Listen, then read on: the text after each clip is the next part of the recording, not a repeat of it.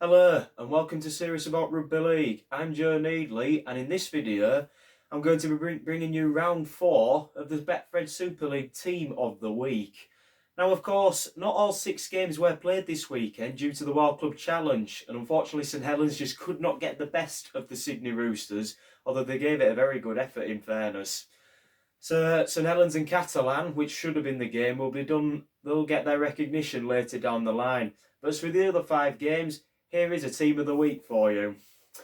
Now, first of all, as usual, we start with the coach. Now, this was quite a tricky one. However, despite the fact that Adrian Lamb's Wigan side toppled Hull, as well as Leeds Rhinos getting the win away at Salford under Richard Agar, but the one I've gone for is Simon Walford. Walford's side, despite being tipped to struggle by many, have won 3 out of 3, and their latest win saw them topple Hull Kingston Rovers 22 points to 4 over at Caycombe Craven Park. Now, they had Walford's leadership perhaps to thank for this, as well as their efforts on the field of play. They went within 10 minutes, of course, let's not forget that, of repeating history of what happened 10 years ago this month when they nilled the Robins at Craven Park. They were 10 minutes away from a repeat, and though it wasn't to be, they still recorded a comprehensive win regardless. So therefore, Walford is the man. Fullback, another difficult choice. You had Matty Ashton, who performed superbly at Warrington. I mean, he's already a big favourite for the Young Player of the Year award. You've got Jack Walker. He had a great run out for the Leeds Rhinos as well. And even Jordan Rankin for the Castleford Tigers. But edging them is Wigan's Bevan French. Now, French really was a fantastic attacking player for Wigan on Sunday against Hull. His kick return, his willness under the high bomb as well. I mean, he dealt with every kick superbly, even finishing off a fantastic move in the opening few minutes when Liam Farrell broke through. So therefore, Bevan French is the man for me. He's already a Man of Steel favourite, and with good reason. The wingers, this was a tough choice as well. One of them there, I'll say quickly, back to Huddersfield, is Jemaine Mcgillvary. Mcgillvary, an unsung hero for the Giants, 2 tackle busts, but his main contribution was 26 carries. That is quite a high number, even for a winger, even one as big as him. And with 168 metres to go with it, he just proved too uncontainable for the Robins all night. With him is 2-try hero James Clare. Now, Clare against Wakefield helped Castleford extend their winning run over Trinity. In the game, not only did he score 2 tries, but he managed 5 tackle busts, as well as 139 metres, from 16 carries as well. He's always been a workhorse as Clare, similar to Mcgillvary. Even though they're 2 different style of players, they both got through a lot of work on Friday night and deserving of their recognition with a place in the team. Centre, now this might be a funny one. I mean, we've got one winner and one loser here. The winner is Harry Newman. Newman is another one in line for Super League Young Player of the Year, perhaps.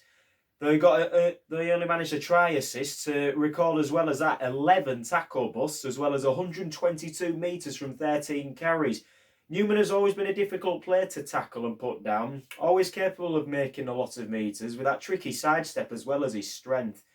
Joining him is Hull FC's Josh Griffin. Now, the early Bears were on the wrong side of the result away at Wigan.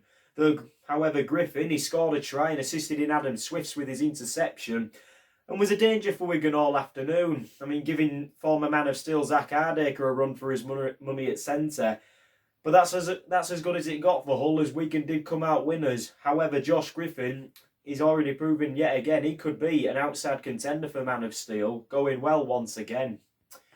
Standoff, now there were a few contenders for this one. Blake Austin did well for Warrington. Even his opposite number that night, Blake Wallace. He even had a good game as well, 140 metres with ball in hand for him. And Jake Truman as well, led by example for Castleford. But edging it was try scorer Lee Gaskell over at Craven Park for the Giants. Gaskell also managed 18 tackles that helped restrict the Robins to just 4 points scored in the game, as well as 3 tackle busts, and as well as that, 91 metres from 10 carries. Quite an effort. Scrum half, retaining his spot from last week, is the current Man of Steel, Jackson Hastings. Hastings, his try against Hull, the third one for Wigan during the game, arguably proved to be the game breaker for the Warriors. He led by example throughout. I mean, he worked well with Tom Lulawai for me there. I mean, he's always a difficult player to put down, what with his strength and his height as well. And he's well worthy of his current title as well. So therefore, Hastings, yet again, a straightforward choice, really. The prop forwards, now, the battering rams, you could say. I mean, Gil Dudson had a good go, 47 tackles and 153 metres for Salford. Matt Pryor as well, over 100 metres and 44 tackles in the same game. But the two that only just stood out was Huddersfield's Suia Matagi, who scored a try at Craven Park, managed 30 tackles and 126 metres from 15 carries. As well as Wigan's man of the match contender, although announced at the stadium, was Oliver Partington. Now, the youngster did very well. He took it to Hull. He managed to keep Scott Taylor and Liggy Sound contained somewhat, as well as other attackers such as Jake Connor and Mark Sneed. Partington, along with an array of Wigan youngsters alongside him, did very well in the game. His driving in was second to none, always averaging up to 10 metres with ball in hand. And his solid defence too to keep Hull restricted to just 12 points. The youngster Partington is yet another countless academy player, which is showing how quality Wigan's academy setup is. Therefore, Partington is named. Hooker, now a couple of choices here. There was Paul McShane, he had a good game for the Tigers. Brad Dwyer for Leeds. But edging them both, I mean, it might be boring some of you, and if you're a Huddersfield fan, maybe not, is Adam O'Brien. Now, O'Brien managed a staggering 50 tackles in the game at Craven Park, as well as 55 metres from 11 carries. It might only be 5 metres per average game, but to be involved both in attack and defence like that, orchestrating Huddersfield going forward, organising them and keeping them focused as well to overcome the Robins, it does deserve some recognition. So Adam O'Brien is once again included. Now, the second row. This was a difficult one.